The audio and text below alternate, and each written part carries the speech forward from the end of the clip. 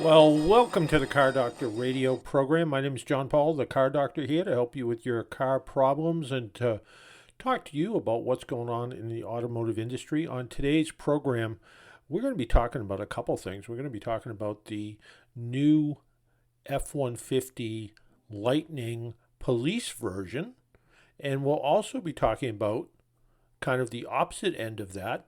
So if you like gasoline cars, the F-150 Raptor with a big V8 engine in it. So we're going to be talking about that as well. We're also going to be looking into the mailbag, see what came in for questions this week. We'll be doing that sort of in between the two interviews. And then somewhere in here, we're going to be reviewing really pretty nice vehicle, the Hyundai Tucson, but not the regular Tucson. It's a hybrid, and not the regular hybrid, but the plug-in hybrid. I'll let you know what I thought about that as well.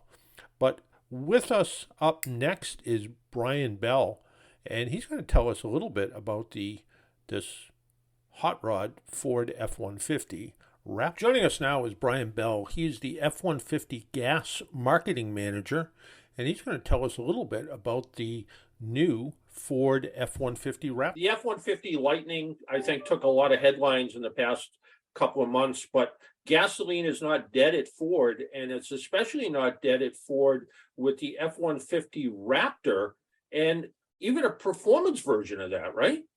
That's right. So we're really excited. We're out launching right now our new Raptor R, which is takes our Raptor and puts in a version of our 5.2 liter supercharged V8 that's in the Shelby GT500.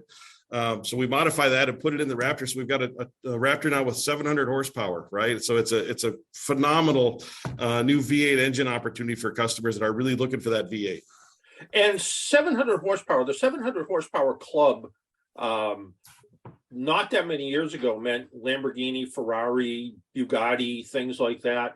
The idea that there's 700 horsepower in a F-150 pickup truck is pretty phenomenal, and the performance must be crazy. It is. The truck is just so much fun to drive. It's incredible what that does, right? It's 700 horsepower, 640 foot-pounds of torque. That torque has been optimized for low end and mid range, right? So when you're out in the desert, which is what the truck is really designed for, right? That high speed desert running, that torque and that low and mid range is just so phenomenal for customers, and it's just so much fun out there. Was part of the reason for the new engine because people missed the V8 in the Raptor? Yeah, so that's a great question, John. And yes, we've launched. I've launched all three Raptors. I've been fortunate enough with the company to be a part of all three generations, and the EcoBoost is a fantastic motor. We still expect it'll be our top seller, right? We think about 75% of our Raptor sales will still be the EcoBoost because it's a great motor in the truck with great torque and all that. But we do have a group of customers that wanted a V8, and we've heard that loud and clear. And so we're responding. We're not just giving a V8; we're giving them a 700 horsepower, phenomenal V8 engine for them. So. And you mentioned the truck because of the suspension and the engine performance is really designed for, pre-runner desert conditions, go out there. But there's an awful lot of these that never leave the pavement, and people just love them because of the performance and the horsepower, right? So the majority of our customers tell us that they take it off-road somewhere, some point in time, right, with their truck. We don't know exactly where, how, but the beauty of Raptor is that it's a phenomenal off-road vehicle. It's also a phenomenal on-road vehicle. The truck itself just drives fantastic on your everyday driver. And you're right, most customers that buy it, they buy it for both, right? It becomes their, they want that off-road experience, but it also is their everyday driver that they're using to tow their boats, right? It's got, the tow rating on it is 8,700 pounds, right? So it's got great, capability as a truck. It drives fantastic for customers on the road. And at the same time, it's got this great off-road experience. So when they're ready to go out and do those things off-road, which is their passions or their hobbies or whatever, the truck is ready for them. So it's a great all-in-one vehicle. It really is. And I don't go to fancy restaurants very often, but the last time I was at a fancy restaurant, there was a Raptor parked out in front of the valet stand. And the person that was getting into it, I mentioned something about the Raptor, and he goes, one of the reasons I like it is because it ends up in the front of the valet stand because it's it really shows off. It really shows off out here, and where there might be a BMW or a Mercedes. He said, all of a sudden, I have this giant truck out front, and more people are looking at that than looking at some exotic car. The truck draws a crowd wherever you go, right? The appearance of it is so unique and aggressive and bold and strong. And it just, the Raptor stands out from the first generation to the new third generation truck, and the new R with the accents we're going to put on it to make it stand out as an R. It really jumps out at customers. And you're right. They do notice it anywhere it's parked, anywhere you go. And customers love that bold design, right? I've always said Raptor, to be successful with Raptor, it needs three things. Suspension is first. It's got to have that great off-road suspension, got to have a great powertrain, and then it's got to have great appearance, right? Those are the keys to what makes Raptor so successful. And your customers is spot on, right? It just draws a crowd wherever you take it. Well, it really is an in-your-face sort of. This isn't the vehicle you drive to sort of blend in with the crowd. No, you're going to be spotted and seen in a Raptor, that's for sure. Absolutely. So when can we expect to see the new 700 horsepower Raptor for sale? You can go to dealers. The order bank is open now. The order bank opened yesterday with our announcement. And so you can go to dealers and order it now. They'll be delivered, and later this year, in the fall, winter time frame, we'll start deliveries of them to customers. So real soon. Perfect. And if people want more information about the Raptor or Ford in general, Ford.com, right? Yep, go to Ford.com. We've got a whole spread on the Raptor R. There's also, for those off-road enthusiasts that are looking just at general off-road, we've got Raptor information, Tremor, our off-road trail truck, our new Rattler package, right? There's a lot of great off-road offerings for customers, so I encourage them to go check it out. There we go. Hey, thanks for spending a little time with me on the Car Doctor program. Thank you. Appreciate you having me on. Who would have ever thought about that kind of horsepower in a truck? But people are looking for it. People want it. That's why they're coming out with it. So, is it a halo vehicle? Is it something to bring people into dealerships? Absolutely. Is it a fun vehicle to drive? I'm sure it is, with that kind of horsepower, that kind of fun. I've driven some high horsepower SUVs before, and practical? Not really. Fun? Absolutely. So, so just one of those things that's interesting to look at, interesting to talk about.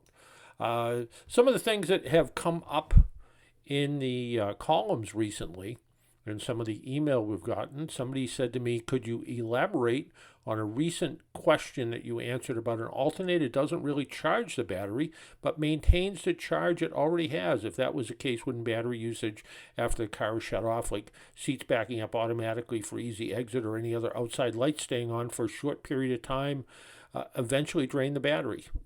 Not really. Those are things that are considered normal within the range of maintenance, but many people, some mechanics included, think when a battery is completely discharged, letting the engine run for 20 or 30 minutes is plenty to recharge the battery. Although it might bring the battery up to the point where the car might start, it's not at a full charge. And if you check the voltage on it, it's probably well below what would be considered 100% state of charge. So when the car's battery goes dead like that, the best thing you do is put it on a battery charger, charging it at a slow rate. That's the best tool to fully recharge a discharged battery.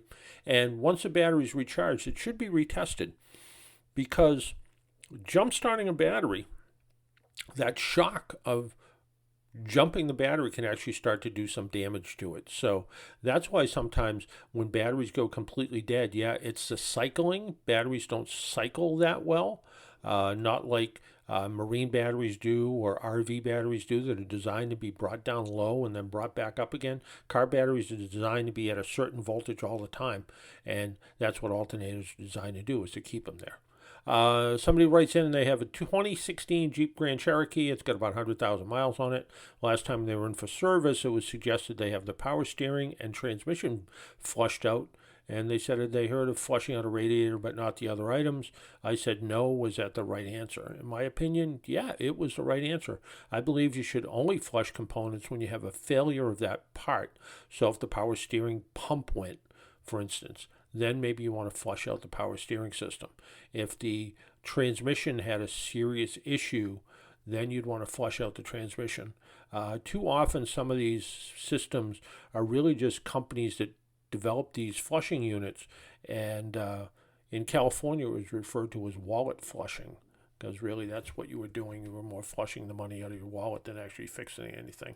In fact, Chrysler came out with a technical service bulletin back a few years ago that said to their dealers, we don't recommend flushing anything out like that. So, someone else writes in, they visiting New England in the summer. And when I'm in a new place, I like to check out the car culture. I've found some fun finds along the way, such as the Don Garlitz Drag Racing Museum, the Corvette Museum, among others. What can I see in New England? Well, there's a lot of stuff to see. Lars Anderson Auto Museum, the oldest auto museum in the country. It's just outside of Boston. They also have some great lawn events. Recently, they just had their big Italian car event, and they have stuff that runs right into the fall. The Heritage Museum and Gardens on Cape Cod and Sandwich is a great place. They have some beautiful cars in a Shaker barn down there, a reproduction of a Shaker barn. There's also a small private museum down in Hyannis called the Toad Hall Sports Car Museum. I think it was a bed and breakfast or something once. They have mostly British cars, and oddly, most of them are red. And last time I was there, they had lots of cats too. So if you don't like cats, if you're allergic to cats, maybe it's not the best place to go. Heading to Rhode Island, there's the Odd Rain Museum, which I've never been to, but I hear it's quite nice. And you see a lot of it. If you watch the Jay Leno car show, you see some scenes from there, as well as the person who's the CEO, I guess, down there now. Also, the Newport Car Museum, which I talk about quite frequently. I've been there a couple times. It's a great place. 91 stunning cars there. Beautiful place. Up in Maine, there's the Owlhead Museum of Transportation, the Maine Classic Car Museum, and specializing in steam cars, the Stanley Museum. Also, check out some of the different car club events that pop up. The one near Gillette Stadium in Foxborough is a little bit off cycle because Patriots training camp started a little bit early, so their weeks are a little goofy, so you might want to check with them. In my hometown in Dennis, Massachusetts, just about every Saturday in the summertime, there's a great car show at the Patriot Plaza, which is where the Stop and Shop is. In Hyannis, there's car shows. So look around the different car show sites. I think you'll find some really interesting stuff to see there as well. So a lot of good stuff to look at. A lot of great cars. Even the Cape Cod show, I go to that a couple of times a month, and every time I go there I see one or two cars I've never seen before, and they're always great to look at and great people to talk to as well. Coming up next is Greg Ebel from Ford, and we talked about the high performance Raptor. Well, there's also a Ford F-150 Lightning, and the Lightning is a pretty high performance vehicle as it is with all the torque on board, but they're coming out with a police version. So why don't we see what Greg has to say about that? Joining us is Greg Ebel. Greg is the manager of the Ford Police brand marketing team. And Greg, there is some new news from Ford about a F-150 Lightning, which is the all-electric Ford truck, but it's going to be available for police use. Can you tell us about that? Yeah, absolutely, John. So we are unveiling the 2023 Ford F-150 Lightning Pro special service vehicle variant for F-150 Lightning, and this will in fact be America's first all-electric truck that's purpose-built for law enforcement. So it's part of our $50 billion commitment, our investment into electrification for actually through 2026. So we're really super excited, and how that benefits our customers. It really combines two great things with this truck. So the all electric powertrain, obviously with the Lightning, you have some great advantages. Reduce total cost of ownership. Fuel prices obviously we know are very high. So the cost of electricity operating that will save agencies and subsequently taxpayer dollars in that. Maintenance is greatly reduced as well, right, with the fewer moving parts with an all-electric vehicle. So that's going to help out. We think our customers are going to really appreciate that. But the truck itself, we have a lot of great purpose-built law enforcement content, like I mentioned, and a lot of it is brought over from our F-150 police responder. We have police-grade, heavy-duty cloth, front seats, trimmed down side bolsters. It's easy ingress, egress, get in the vehicle with a duty belt, steel anti-intrusion plates and the seat backs for officer safety.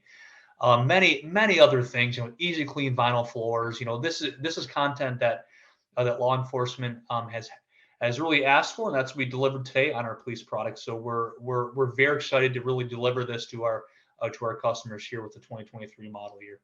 Now, as you were putting this together and as you were trying to add the features that would work the best for police departments, whether it was in the F-150 Lightning or the F-150 non-electric version, how was your interaction with police officers who use this? Did you invite police officers in to sort of critique what you were building? Yeah, well, this is just so we're constantly connected to our customers, and we work very closely with our police advisory board. We meet with them in person at least twice a year. So this is something that we've been talking about, and we actually we had a police ride and drive, a national ride and drive about a year or so ago, and then in conjunction with that, it was a Lightning launch. So we heard a lot of feedback into saying, hey, how do we get something for law enforcement? This Lightning, it's starting to scale up. It makes sense for the business. They're getting a lot of pressure, right, to go green, right, zero emissions with all electric vehicle. So we went to the drawing board and said, hey, what can we do as an introduction? So that while this isn't a pursuit rated vehicle, this is it's a special service vehicle. This is for agencies looking to start integrating, all electric vehicles in their fleet. So it's more of a piloting phase. They can use it for, right, whether it's parking enforcement, whether it's they need to tow like a mobile command center, or they can just integrate it into their daily operations. Just to learn, right, with obviously the charging, with schedules, things like that. But not only with that, we at Ford, we are now coined as Ford Pro. We offer so much more than vehicles. So while I touched on charging, we have a dedicated Ford Pro charging team that works with customers just to understand what kind of charging hardware with software is going to work for them and their charging. So we're very close with them. We have our Ford Pro intelligence team. We have a financing arm that helps them with, right, if there's funding, if there are loans needed to support some of the infrastructure, right, that's a cost associated that they have to get ready and go. And so we're working with the customers every step of the way, and quite frankly, this is a learning phase for us and our customers. And I feel that we're going to learn a lot of great insights, and we'll use that to plan for future police vehicles as well, John. And I'm being totally selfish at this point, but all I can see is solar panels all over the roof of my local police station and in their port where they keep all their cars. And I'm thinking, electric charging, this could be perfect. This could help lower my tax bills. Right. You're exactly right. So it's all about the efficiency of an all-electric vehicle and just to reduce total cost of ownership. And you're exactly right. It's a great message for the city or for the cities and governments or what have you, that they're looking out. They understand that costs. The cost of operating, say, an ICE vehicle, an internal combustion engine vehicle. They are high. These vehicles are running in some cases 24/7, right? And they're idling 60+% of every shift. And now when you see fuel prices, they're recently over $5 here in Michigan. They're a lot higher on the West Coast, but that's a huge cost in terms of operating costs. So we can reduce that. We can help reduce that cost, provide an overall better vehicle while still delivering the capability that's required. So if they need to, right, with this vehicle, they need to tow a truck, we have a max of 10,000 pounds towing. But the pound-feet of torque, 775 pound-feet of torque. So you have that power, that torque that's required in these situations. You need that instant acceleration if you're, right, doing traffic enforcement, right, things like that. So we think it's this truck, the Lightning Pro SSV is going to work very, very well for law enforcement. Yeah, and it really makes sense when you think about it. But also, you pointed out, the huge torque numbers, performance from the F-150 Lightning, 0 to 60 is what, 3.5 seconds or some crazy number. Is there a lot of police departments go through something called EVOC school, which is their performance driving school. Are you helping them with some of the driving characteristics that are different in something that's as quick as this is versus maybe a police officer that maybe just got out of a very old retired Crown Victoria? Right. Right. It is going to be a change. It's definitely going to be a change for law enforcement. And like any new model, this is we went from the Crown Vic, we went to the from that to the body on frame, rear-wheel drive to an all-wheel drive, a unibody, and then to the high performance EcoBoost of the Police Interceptor today. So yeah, this is a monumental change, and we will definitely be working very close with customers. And right, they have to understand that with an all-electric vehicle, you have a specific range, right? So, I mean, are you going to be idling all day and blasting the AC? I mean, really depleting that range? Probably not. So it's going to be a learning phase where, how does it work best to me? I want to, how do I most efficiently get the range that I need for my specific duty cycle? Am I going to be doing, 300-400 miles a day? Obviously not. That's not going to work within a law enforcement range and with the battery capacity. But these are things that we'll have to manage, and we're gonna learn a lot of things from our customers too, and we're gonna take those learnings, and as we explore future purpose built police vehicles, right, we'll take that data, take the verbatims from our customers and really continue to develop the best products we can for the police space. Yeah, it really makes sense. And like you pointed out, is it a vehicle that's going to get driven 400 miles a day? I think the battery pack in this truck allows about 300 and 320 miles of range.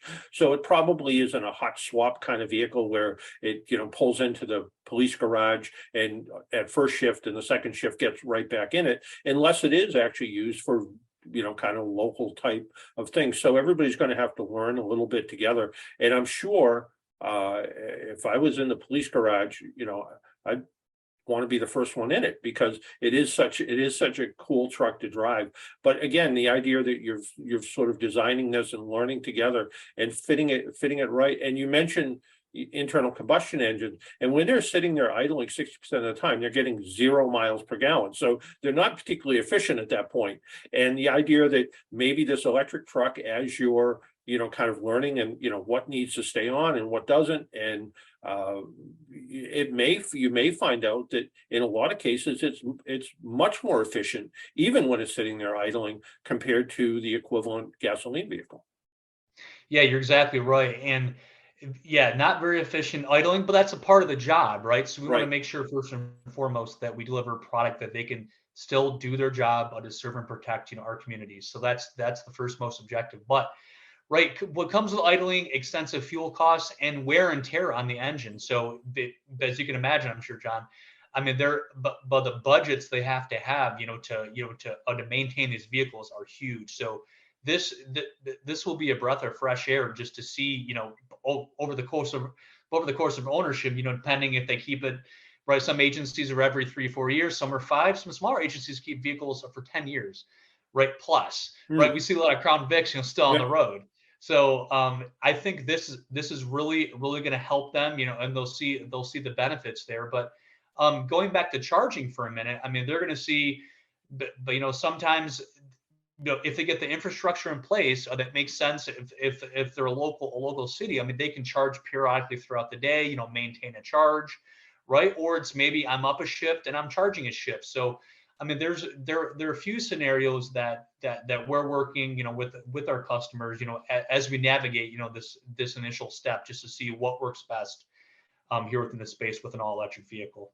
Well, it sounds like the future is here and the future is electric, even with police departments at this point. So pretty amazing stuff. And if people want to learn more about some of the police vehicles available, or like you pointed out, the Ford Pro vehicles are available, where do they go on the Ford website to find that information?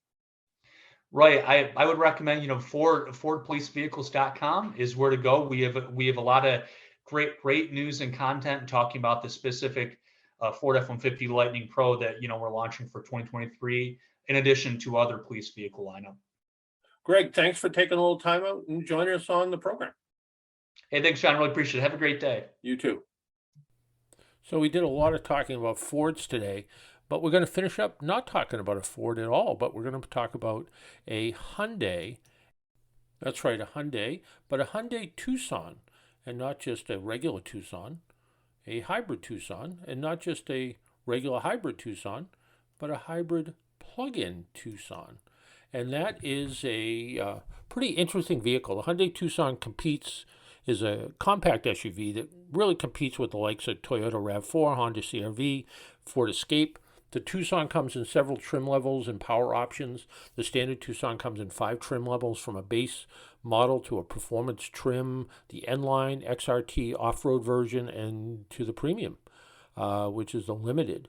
And there's a hybrid version, comes in 3 trim levels, and the subject of our road test, the plug-in hybrid that comes as a SEL or premium limited version. The plug-in hybrid Tucson boasts 35 miles per gallon combined EPA mileage with 33 miles of all-electric range. Combined gasoline engine and electric motor deliver about 261 horsepower. So it's pretty much a more than adequate combination. My Hyundai Santa Fe, for instance, is a 4-cylinder engine. I think it's about 178 horsepower. Although the Tucson's classified as a compact SUV, it feels pretty roomy inside. Front seats are comfortable. The cabin feels open and airy. The rear seats have seat belts for 3. And on 2 occasions, I had adults in the back seat. They found the head and leg room more than adequate. There's plenty of adjustments for the driver's seat, and drivers of all sizes should be able to find a comfortable seating position. The controls in some cases are simple, in other cases are frustrating. Hyundai, in some previous models, mixed a nice combination of touchscreen and knobs for major controls. In the plug-in hybrid Tucson, controls for the radio infotainment system fall to the touchscreen, which is distracting when you're using. Although there are steering wheel controls and some voice commands available, some knobs and buttons would alleviate the distraction. Also, Hyundai incorporated a wireless phone charging for Apple CarPlay. This is nice because your phone, whether it's Apple CarPlay or Android, wirelessly hook up to the car. It also has a charging pad, so if your phone has the ability to charge wirelessly, you just lay it on the charging pad. It charges. They have the charging pad on an angle, which is kind of nice because you don't have to worry about anything spilling on it because it's on a kind of a nice angle away from the little console that you would think it would sit in. All the latest safety features, lane keeping assistant, safe vehicle exiting, which I didn't get to try exactly the way I wanted, but what it does is if you're pulling away from, say, your parallel park somewhere and you go to pull away and you look back and there's a car coming, it warns you about that. I kind of wonder whether it does it with a bicycle. That would be great if it did. That way, if it saw the bicycle, it would warn you that you're going to pull out and there's a bicycle coming. So all kinds of electronic safety features. Driving the Tucson's a pleasant experience. Again, with all the horsepower on board, it's fun to drive. 33 miles of all-electric range is limited compared to a typical electric vehicle, but depending on your driving, it will certainly limit trips to the gas station. During my time with the plug-in hybrid Tucson, my typical daily drives were less than 30 miles. At the end of the day, I'd plug into a 110-volt outlet. By the morning, the battery was fully charged. So with the gas tank, I could go anywhere. But on electric power, I was limited to 31 to 33 miles per gallon, depending if I was using the air conditioner, or 31 to 33 miles of range. Depending if I was using the air conditioner, but in most of the daily driving that I'm doing now is under 30 miles, so it works out pretty well. Probably never have to go to a gas station. Yeah, but if you wanted to on those long trips, you could easily do that. So I think the Hyundai Tucson plug-in hybrid is a great SUV. So for somebody who's not ready to go all electric, the battery electric motor with its simple recharging can manage the average daily drive for many people. You don't have to go and invest in a level 2 faster charging setup at your house unless you wanted to, but you may decide you don't need to. So you can go check it out. Also, if you want to check things out, you can find pictures of all the vehicles I road test on my Instagram page, which is just John F. Paul on Instagram. You can find it there. If you have a question like people do, you can email me at jpaul@aaanortheast.com. And you can always go to AAA.com/car doctor, and you can put in a question there if you want. Easy enough to remember, AAA.com/car doctor. And then it gets sent directly to me, and I answer every single question I get.